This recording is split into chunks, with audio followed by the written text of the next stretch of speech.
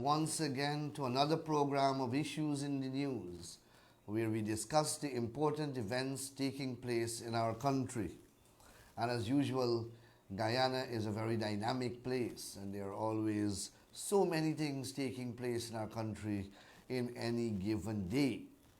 I want to take this opportunity to welcome our listeners on Freedom Radio who are joining us from Georgetown, and I want to also welcome our friends and followers who are joining us from on Facebook throughout Guyana, the Caribbean, North America, Europe, and further afield.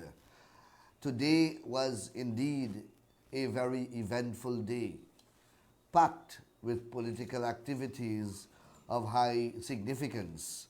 And I want to begin by dealing with the case filed by Christopher Ram challenging the house-to-house registration process commenced by GCOM on the 20th of July 2019.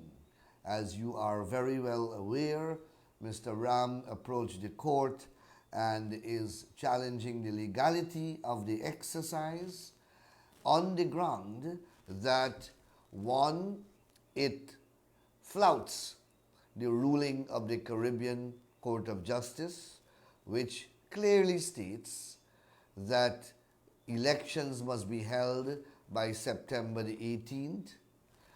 It flouts the Constitution of Guyana, more particularly Articles 106 and 107, as interpreted by the Caribbean Court of Justice. And thirdly, that the house-to-house registration exercise, quite apart from those grounds, is by itself illegal and unlawful because it seeks to destroy the existing database, thereby deregistering thousands of persons who are already registered and qualified to vote, and thereby interfering with, or rather denying them the right to vote, and then by omitting persons who may not be captured by this exercise, but who are already on the list of National Register and already on the voters list.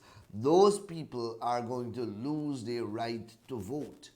And in any event, the laws of our country do not provide for house-to-house registration in the manner that the Election Commission is proceeding with it. So those are the combination of grounds upon which the legal challenge is predicated. Today, the hearings begun because we are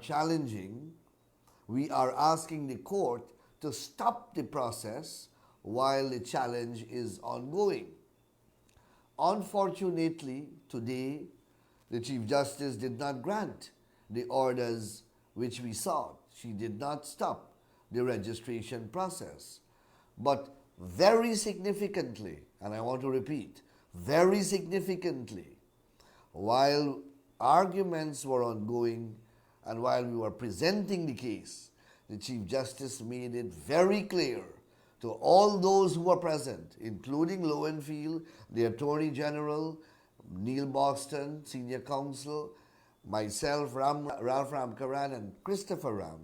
The Chief Justice said very, very clearly that elections must be held by September 18. That is what the CCJ says, and that is what the Constitution requires, Articles 106.6 and 106.7. So half of the battle is already won, even before the case has begun. The Chief Justice did not grant the orders which we sought today, which was to stop the process, because the Chief Justice said that the affidavits which were before the court did not convince her, did not persuade her, did not have enough material for her to be convinced or persuaded that this exercise is going to interfere with the time frame for the holding of elections, which is September the 18th time frame. So she said we didn't have enough on the record. Well, immediately I asked for permission to file an affidavit before the end of today, by which I will put that evidence to the court. The Chief Justice granted me permission to do so, and I have filed that affidavit. And in that affidavit, I attach two documents, and I explain what those documents say. The first document is a work plan which was presented by Keith Lowenfield to the Election Commission, and which was given to Says Gunraj, Bibi Shadiq, and Robeson-Ben, and of course Vincent Alexander, Mr. Corbyn, and Mr. Trotman. They all received a work plan from Mr. Lowenfield, and that work plan has a schedule of 295 days for house-to-house registration to last once it starts. That is GCOM's deadline. That is GCOM's time frame. That document has come from Keith Lowenfield. So in the affidavit I explained that if you apply this time frame to the exercise which has commenced on July the 20th, you will end up, July the 20th plus 290 days will take you until April 2020. That by itself establishes to the court that by GCOM's own time frame, the elections cannot be held within the time frame that the Chief Justice herself says it must be held. So that's the first point. The second point is that I drew attention to the order which was gazetted on July the 11th, signed by Mr. Patterson, then chairman, I think in June, and that is the document that purports to authorize the house-to-house registration process to commence. And the document says that the exercise shall commence on the 20th of July and shall end at the end of October. Any one of you can go and look at the document. It has been widely publicized in the social media and is all over the place. Now, that document, again a document of GCOM, must establish to the satisfaction of the Chief Justice that here the elections cannot be held by September the 18th. And these are GCOM documents. These are not documents from the PPP. These are not documents from any other source. These are GCOM's own documents. Of course, I have in the case, in the affidavits already, Stanley Marcus's disclosure to the CCJ that house-to-house registration will end on the 25th of December 2019. That is what Marcus said to the Caribbean Court of Justice. So that time frame again takes us beyond September the 18th. So from all indications, from GCOM's own evidence, it takes us beyond that date. So I believe that I have discharged that onus that the Chief Justice has placed upon my shoulders very easily. But the story doesn't end there, because we can't confuse and mix up the time frames. The conclusion of house-to-house registration does not with automaticity result instantaneously in an election being held. It doesn't operate like that. There is a huge time frame between the conclusion of the house-to-house exercise and when elections can be held, because there are a number of lawful processes, lawfully required processes, which must be embarked upon, legal requirements which must be satisfied before the elections can be held. So, in terms of distance and time, you have house-to-house registration ending here, and you have elections quite here.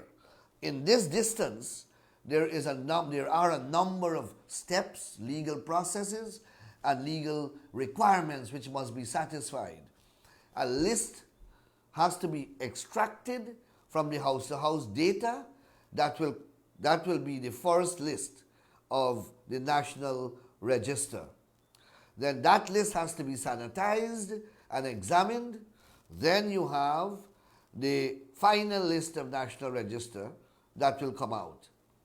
Then from that, they will extract a preliminary list, electoral list, a preliminary electoral list. That preliminary electoral list has to go through a claims and objection period. That takes time. And then from that list will come a final list of electors. That also has to be published and examined publicly for a period of time. And then you have 32 days that the law requires in the middle of all of that for nomination of candidates to go to the elections.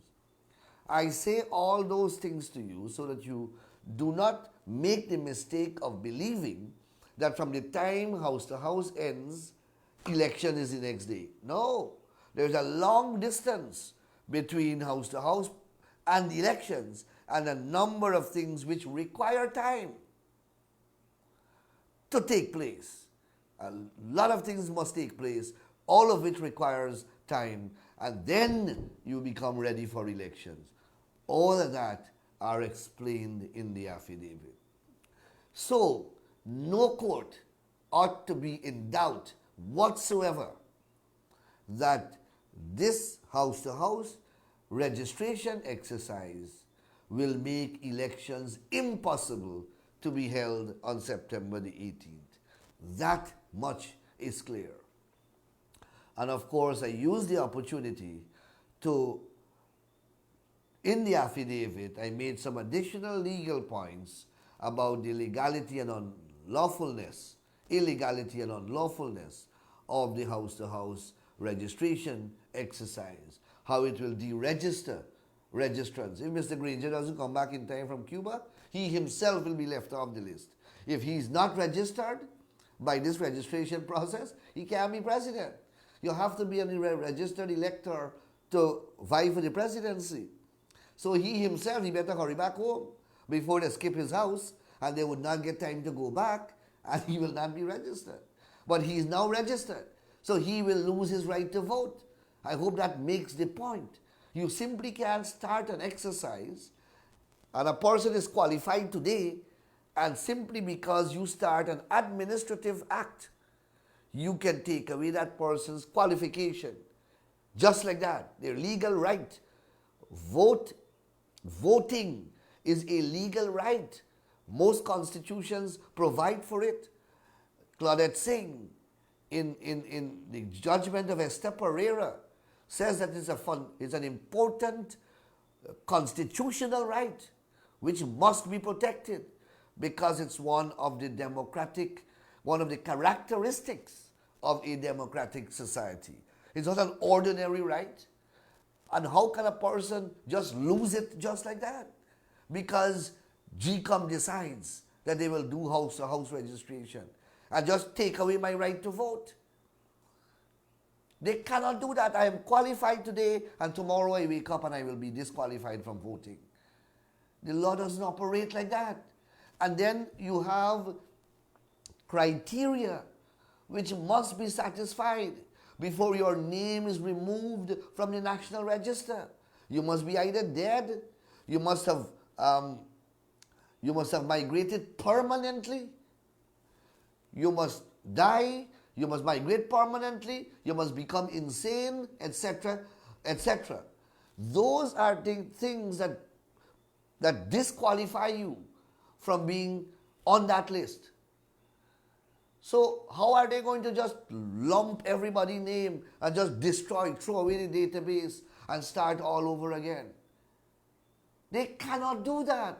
They cannot do that. And no matter how much I explain they do not seem to understand that the law does not permit for the scrapping of the database. In 2001, 2005, we changed the law and we introduced cyclical registration system. So from since 2005, you could not have and you cannot have house to house unless you amend the laws. In 2008, before that exercise, that house to house registration process was held, the law had to have been amended to break the cycle of registration. That's the only way it was done. And the law is there. All they need to do is to read it. But obviously, we have a reading problem, as I will explain later on in the program.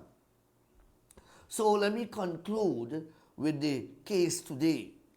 So I have explained to you how I believe we have satisfied the query of the judge and that we would have discharged our obligation of establishing to the court that house-to-house registration will push the elections way beyond September the 18th, the time that the Chief Justice herself said elections must be held. All the lawyers were urged to put their affidavits to the court by July the 29th, that's by Monday coming, and we are to reply by July the 31st, and all written submissions put in, and the court will rule on July on 2nd of August.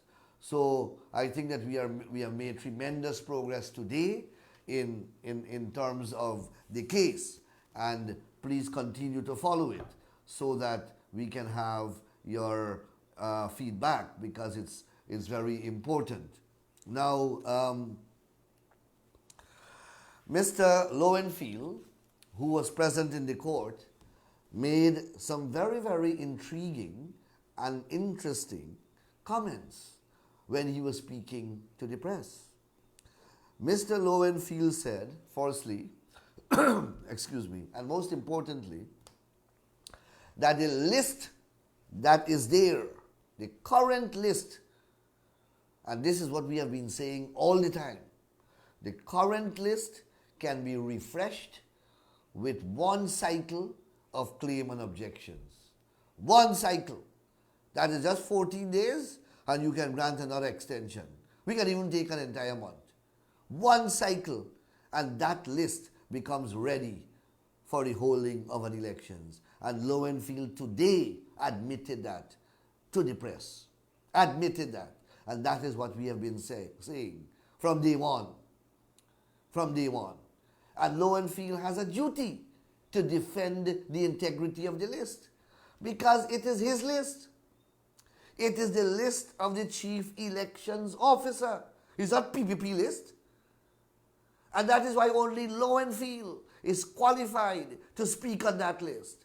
And today, Lowenfield spoke on that list. And what he said, the list is credible, the list needs one refresher, and it gets back its life, and it can be used for the holding of the next elections. Secondly, he said that the list is not bloated. He refused to use the adjective bloated in describing the list. And he is right, because the list is not bloated, and it is Lowenfield list, and he is the person competent and qualified to speak on the list. So who told the president that the list has 200,000 dead people and unwanted people? Is the president lying? Lowenfield said he never said so. So where did that misinformation come from? The highest office of the land making such reckless, unsubstantiated statements. It must be condemned. It must be condemned, and every single Guyanese should call upon the president to withdraw that statement. He must withdraw that statement. Well, I want Guyanese to understand what is going on in our country.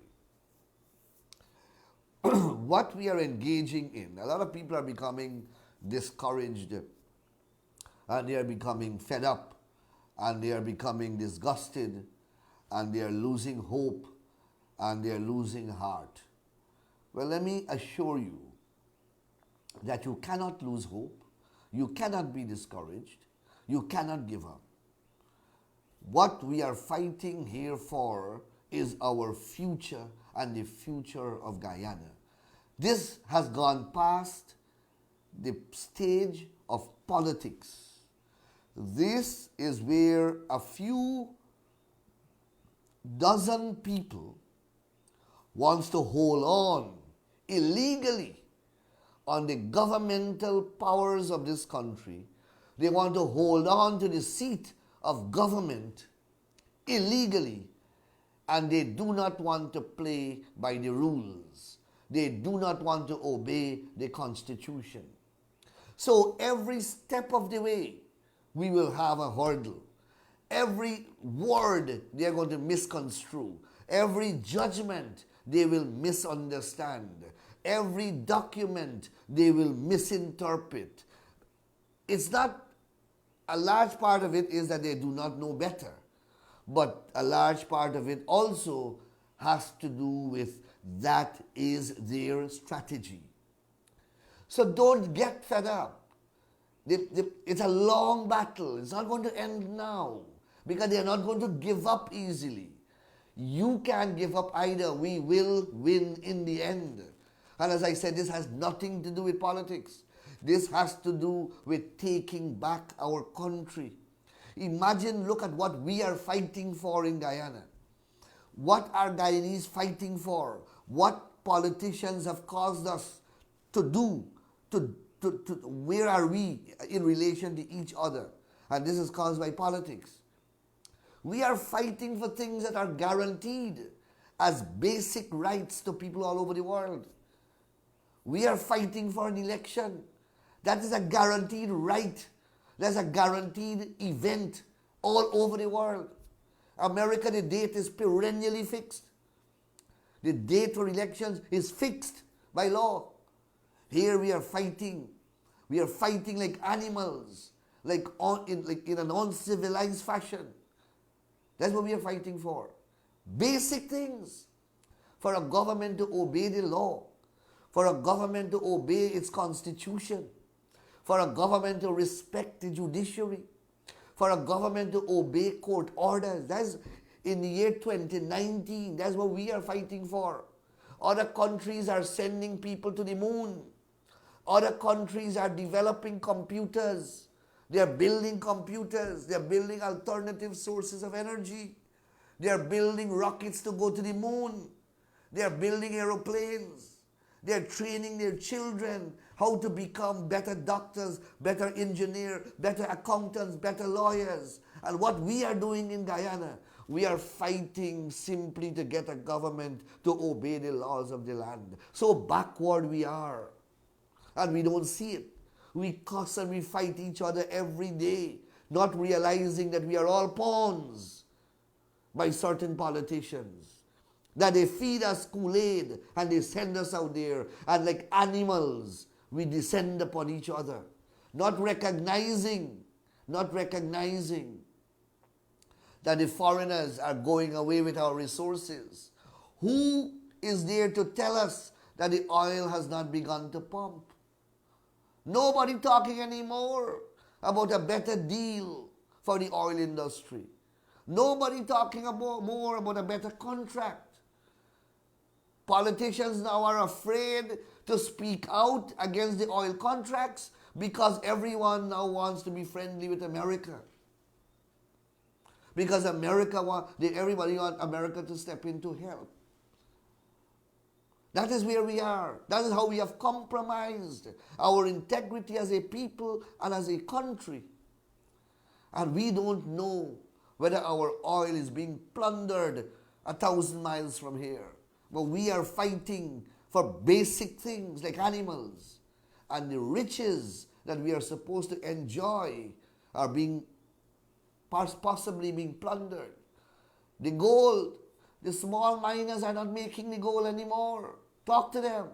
The local small miners are not making the gold anymore.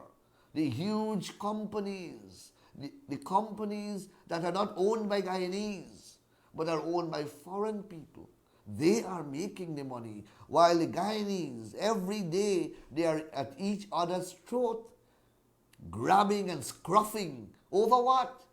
Over what? Over whose party is on top. Over whether elections should be held or not. We are killing our brains so that our brain can accept some of the nonsense that the politicians are spewing to us.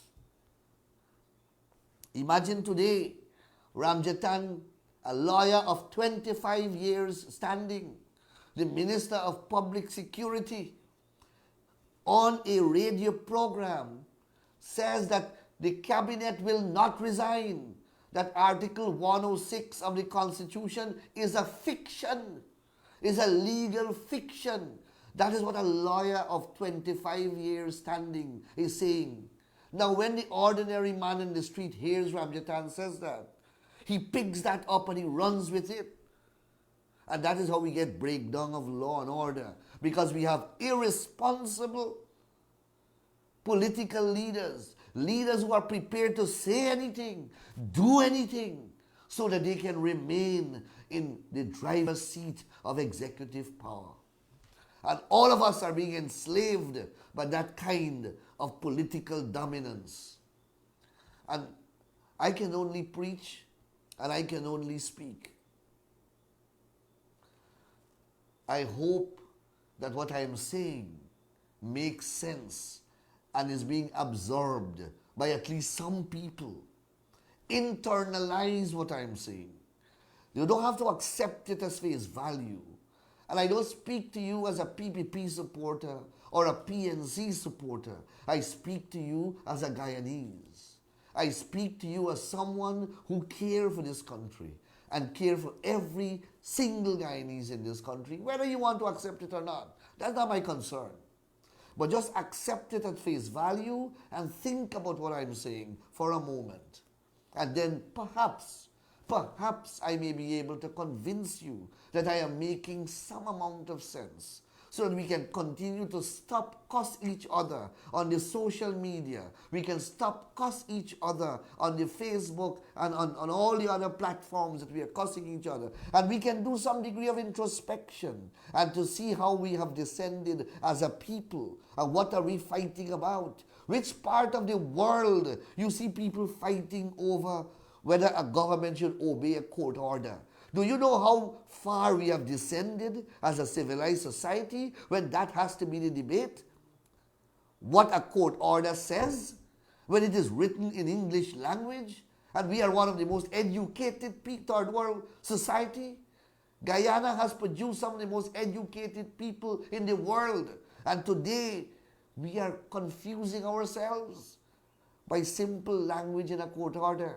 Simple one word in a paragraph in a constitution. We suddenly as a nation, we can't understand it because some politician in our political party puts a twist to it and thousands follow that same twist. You have to emancipate yourself. You have to allow your brain to flourish and stop becoming enslaved to those who want to keep you where you are. They don't do anything for the ordinary people. And I don't want to make this program about that, because I can give you all the references. Who are getting the lands and so on. We can go deal with all of that. Because I got sued the other day from Mr. Sirez. Mr. Sirez's wife, I think. Why? Simply because I repeated who got certain lands. But I don't want to go down that conversation anymore. I want to speak to you about the level to which we have descended as a people and as a country, and what we are losing and what we are jeopardizing when we do this to ourselves. We are lacerating ourselves. We are beating up ourselves. And the oil is there. It's not going to be there forever. Who is looking at it now as I am speaking to you? It's not out there, right out there, that you can go and look at it with your naked eyes. It's hundreds of miles away. Which government minister have you heard recently said that they visited to see what is going on? How do you know that the people don't like what was going on internally as we are choking each other and pulling at each other so that they can enjoy themselves? I am not saying it is happening. I am saying that it is quite possible. I don't know. I don't know. But I want to recognize certain organizations that have come out in condemnation of the government and the Guyana Elections Commission in relation to what is taking place in our country. And I want to recognize the Private Sector Commission, the Guyana Manufacturing Association. The diplomats have come out. CARICOM is stunningly silent. CARICOM is stunningly silent. The diplomats, while the statements have come, I believe that they were too placid. The statements were too soft. I remember when we were in government and I was the Attorney General, we prorogued the Parliament. Prorogation of the Parliament is a constitutionally provided for process. Canada had done it just months before us. And when President Ramotar did it, I used to have to sit with him almost every day to meet a diplomat, because they used to line up to come to him whole day to complain to him to end the prorogation. And I used to explain to them. I used to point to the Constitution and said, look, this is prorogation. This is authorized by our Constitution. Where are they now when the Constitution is so openly violated? We were obeying the Constitution and we were being hounded by the diplomatic community. The Mr. Quinn and Mr. Hunt and Mr. can't remember their names. Every day I have to go and explain what this means, what this means. Give examples of countries that have prorogued Parliament. I want them to give examples of countries that have disobeyed a no confidence motion consequences. None. No country has ever disrespected a no confidence motion that has been validly passed. And the Chief Justice of the country has pronounced, yet it is ignored. Then the Caribbean Court of Justice, the highest country in the land, has pronounced, yet it is being ignored. Elections date is coming close, and GCOM is being allowed to hold this country at ransom. A little puny organization like GCOM is being allowed to piss upon the Constitution, the supreme law of this land. And where are the diplomats now? I'm not hearing them lining up. Where are their voices? They stopped loans that were coming to our government. They stopped loans that were coming to our governments. I am not reading anywhere that those consequences are unfolding. But I am still optimistic. I am still hopeful that those sanctions will flow.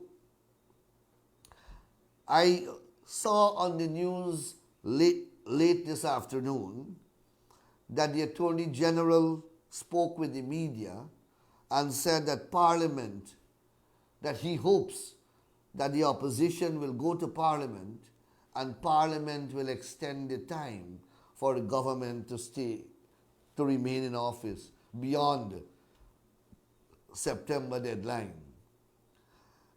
I don't know what is wrong with this fella. I don't know. I have run out of things to say and to write about this gentleman. I don't know what to say. This guy, I don't know which planet he lives. I don't know what he smokes. I don't know what he drinks. But suddenly, he is hopeful that the opposition will return to Parliament to extend the life of this government. Where he could have gotten the evidence to draw such a conclusion, I don't know. I don't know. Because the opposition has said exactly the opposite. We are not going. We are not going to the Parliament. Out of that, Basil Williams is able to draw hope and optimism that we are going to the Parliament to extend the life of the government. And when I question the sanity of these people, some people get annoyed with me. They get annoyed with me. How can you seriously, tell me seriously, how can you not question the mental makeup of a person who will say a thing like that to the national media of the country? To the national media. And you are not required to question the sanity of that person. I don't understand. I don't understand. But that is where we are, and CARICOM. Let me spend some time with on CARICOM. CARICOM has said not a word on this issue. And that is worrying. That is worrying. Guyana has never refrained from standing in solidarity with countries of this region. Never. We have always been a regionalist as a government, whichever government is in power. When the PNC was burning the streets of Georgetown after the 97 elections, CARICOM came. They sent the three wise men and they signed the Hermanston Accord, and we gave up 2 years of government. They came again in 2001 when the PNC were burning again when they lost that election. I don't know if they're waiting for the burning to start this time. I can't account for their stunning silence. Stunning silence. One must question, why is this thing not being discussed?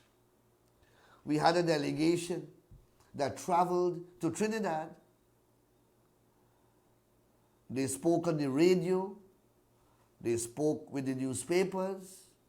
I believe they spoke with television broadcasters. Their story was carried on the front pages of the Trinidad newspapers. So the region, and we live in a very, very fluid, technologically driven age. WhatsApp, Facebook connects the world. And yet, the people right here in the region, not a word from the people of the Caribbean. Importantly, we still have to settle the question of the appointment of a chairman for GCOM. Remember what I said? We are engaged in a struggle. Don't think that the president will come and will take a name submitted to him by Jack David just like that and make the appointment. No. Despots do not behave like that. Authoritarians do not behave like that. So don't expect that to happen. If you are expecting that to happen, then you will become discouraged. You will become depressed. You will lose faith. You have to be prepared for the worst. You have to be prepared because that is the quality of people that you have in government. If you do not appreciate the reality of the society that you are dealing with, the reality of who your opponents are, then you can never win the battle. And that is the first thing that you must prepare your mind for. You must attune your mind, acclimatize your mind, inform your mind of the type of foe, the type of adversary that you are facing. Or else you'll misunderstand the battle. You'll be caught by surprise. So you are dealing with that kind of mentality, that kind of person. A person who was head of the army when the army was used as an instrument to rig elections. Now you don't have to go very far to read that. That is the history of Guyana. So that's the person who holds the position of president. So what you expect him to do? You expect him to behave like a Democrat? He will not. He will not. So this is the struggle. And I hope that we are learning from this struggle. Because the difference between human beings and the rest of the animal kingdom is that the humans are expected to learn from their mistakes, at least quicker than the other species of animal in that kingdom.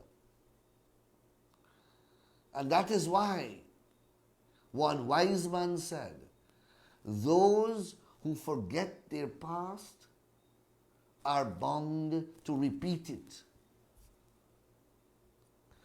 So learn from your mistakes. Look at what the AFC has come to. Look at the promise that they presented to the electorate just a few years ago. And look at what they have been reduced to. Nagamutu, when he said in Bartika that the fight, that there is going to be a fight, it was correct, he was correct.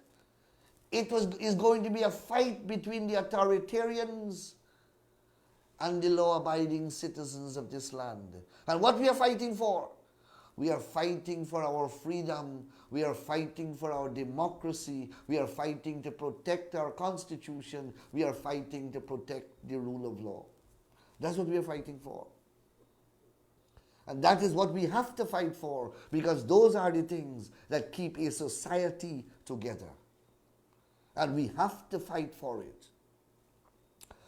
Listen to Ramjatan. Ramjatan looks at provisions of the Constitution and calls them a legal fiction. That is a high level of mental degeneration. What you're seeing there, it's a high level of mental degeneration. I know Ramjatan for a number of years. It's a degeneration of a different type that is taking place there.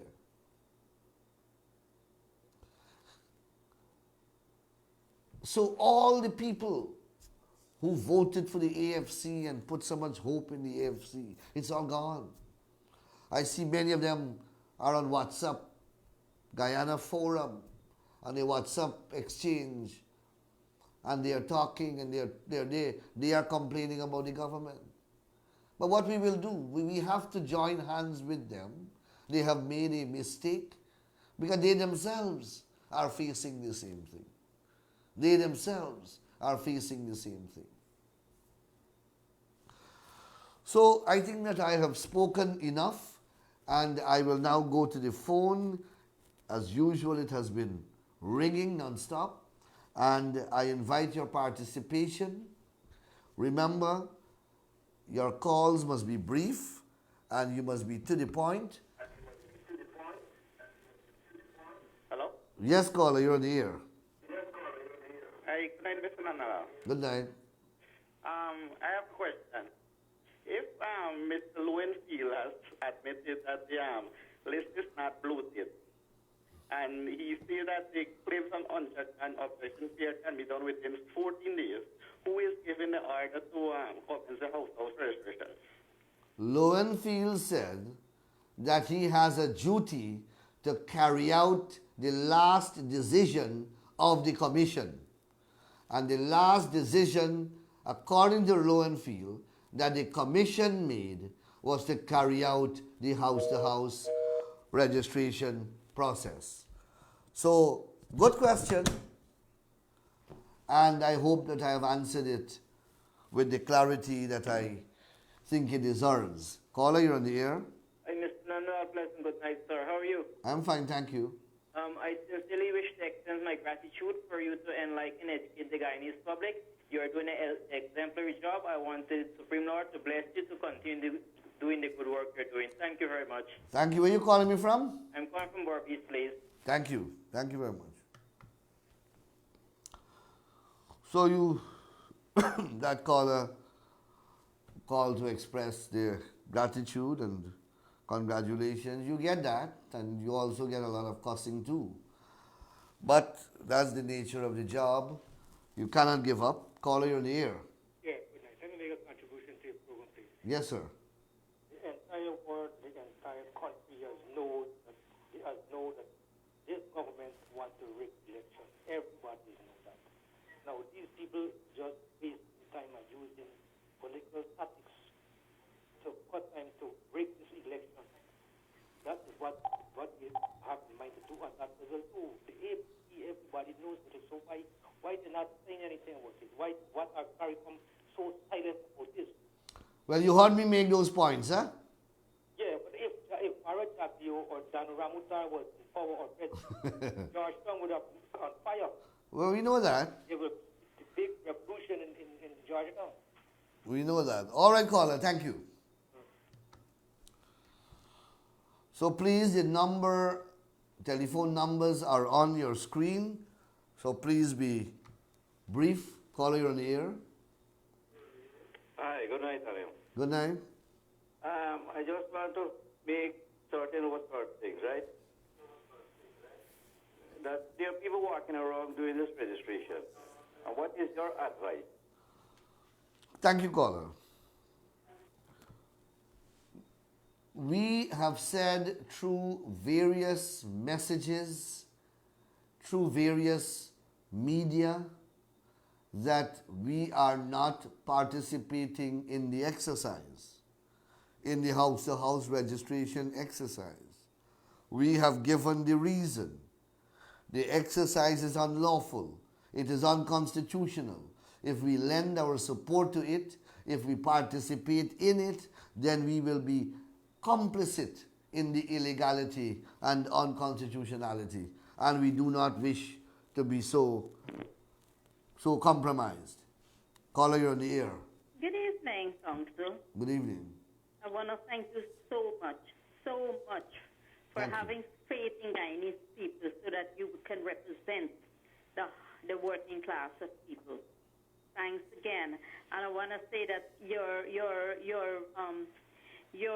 hard work will not go down in vain. It will go down in history, because Thank you. history is proving itself. Because from a little child, I learned that when you're lying, you have to get a lie to cover a lie, and you'll end up tying up yourself. And what I saw today came from Mr. Lowenfield himself. It gives me everything, where everything is coming from. But I want to say that nobody can help you from the gallows. When you follow people and you do the wrong thing, nobody can help you, and it is time you can get out of it. Call elections with the very list. We don't want a bloated list. Thank you. Thank you, caller. That caller was quite articulate, quite sharp, and dealt with her issues with remarkable speed. Caller, you're on the air. A very good evening to you, Mr. Nandlall. Hi. Where are you calling me from? I'm planning from Barbees, sir. Okay, thank you. Go ahead. Congratulate you for the job you're doing. This is par excellence Thank you. to enlighten the grassroots level of Guyanese people what is going on. Thank you. Thank you. Thank you forever. Thank you very much, Now, sir. let me talk about Lowenfield here. Lowenfield is a PNC man, was always a PNC man, and he's taking orders from the PNC. Remember, the PNC has never won an election in this country. And they never will unless they rig and thief. They can never win an election. So Luan is an arm of the PNC. And he's taking orders from the PNC. All right, caller. Thank you. For him. Thank you. Because time is catching up on him. Thank you very much. Thank you. Thank you, caller. Now, please, when you call, make sure that you lower the volume of your television. You hear the background echo that I'm getting, please. Let's avoid that. Caller, you're on the air. Good night, Mr. Nandlall. Good night, sir. You articulate with infinite grace. That's a nice compliment. You're with infinite grace for the good of this country. Thank you.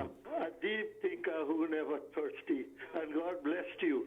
And continue with the good work. Thank you very much. Thank you very much. I admire you, my brother. All right, thank you. that was well said. Very flattering indeed. Caller, you're on the air. Good night, Mr. Nandlall. Good night. Can I ask a question? Now, if we refuse to get registered, Yes. if we refuse to get registered, right?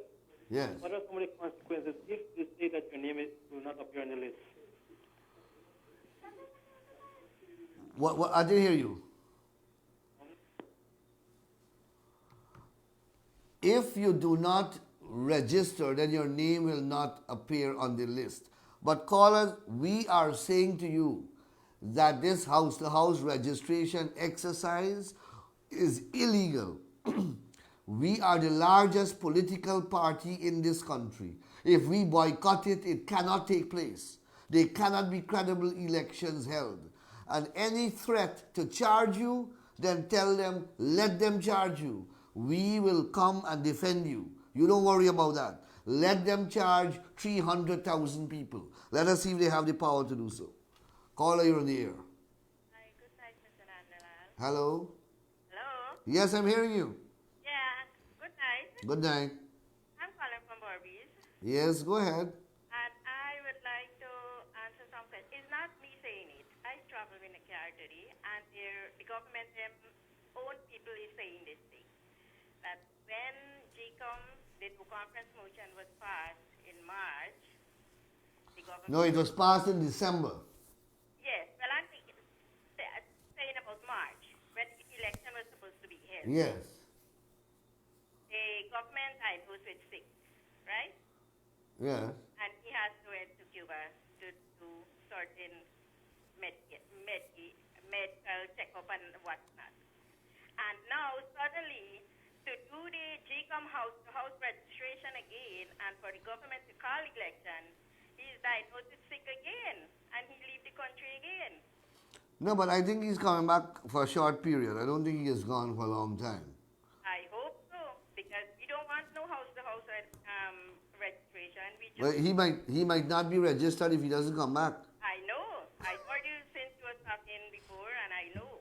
So I will come back, and there's no house-to-house registration. Just go for the election, and that's a very good job you're doing, and thank you very much.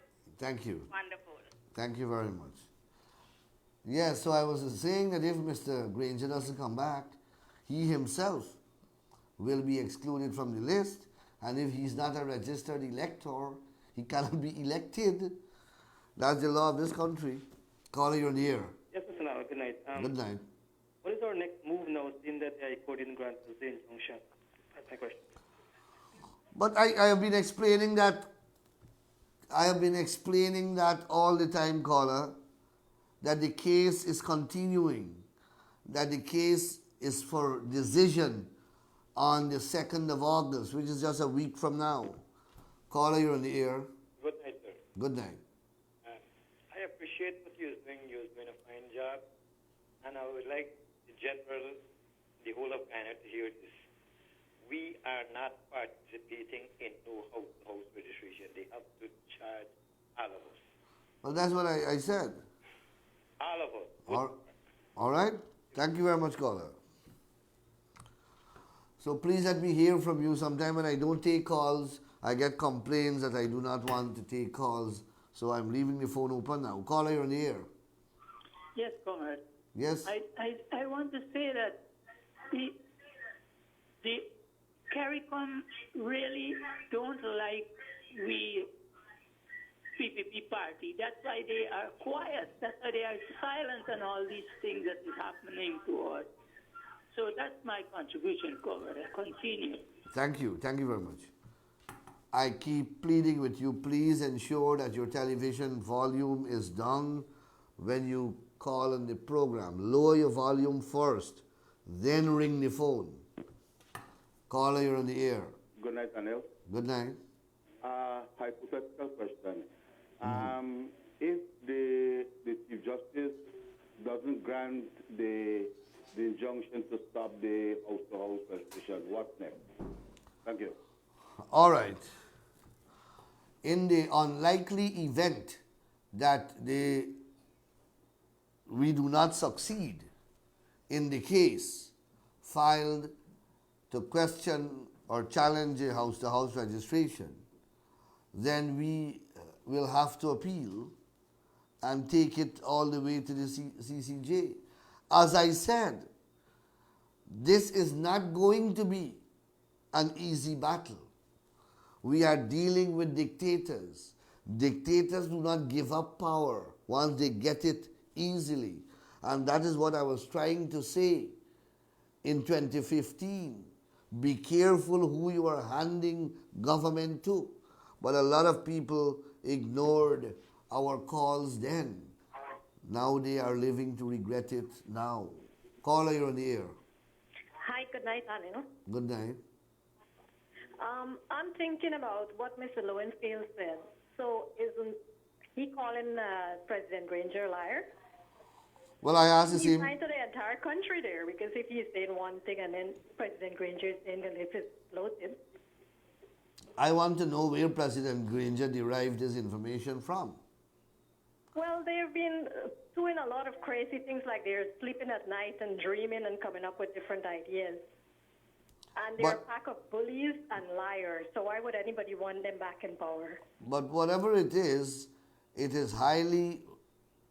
highly reckless, wild and reckless statement for a president to make, especially one who wants to convey himself as this sober person that Mr. Granger likes to appear to be, and then misreads the Constitution and misinterprets everything and says very little after that. Caller, you're on the air.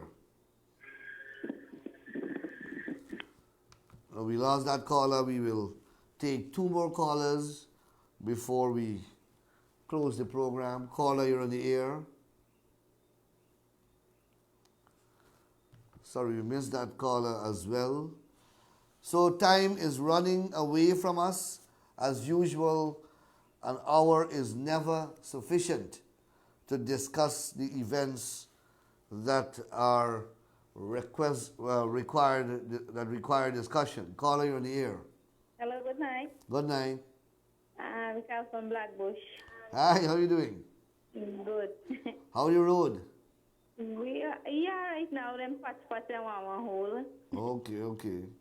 But I want to know what will happen to this election now. Well, you see what is going on, and you have to keep following and take our instructions. Yeah. And thank you very much. Yes. And say hi to the people in Blackbush to me. Yeah. That's one of my favorite places, Blackbush. Caller, you're on the air. Caller, you're on the air. Sorry you missed that caller. We will take one more call. The operator is signaling to me that we are running out of time. And 1, 2, 3, the caller is here. Caller, you're on the air. Good evening. You are lucky. You are the last caller I for know this that, evening. and that is why I want to tell everybody, get out your ID cards and be prepared to vote. The time is shorter than you think. Good night, sir. Thank you very much. And with that, we end this program. I want to thank you once again for joining me over the last hour or so as we were discussing the important events which have taken place in our country over the last week, or rather today, because so many things have happened today Today's program largely was about the discussions of today's events and nothing more. Please stay good and join me next week for another similar discussion when we continue our discourse. Thank you and good evening.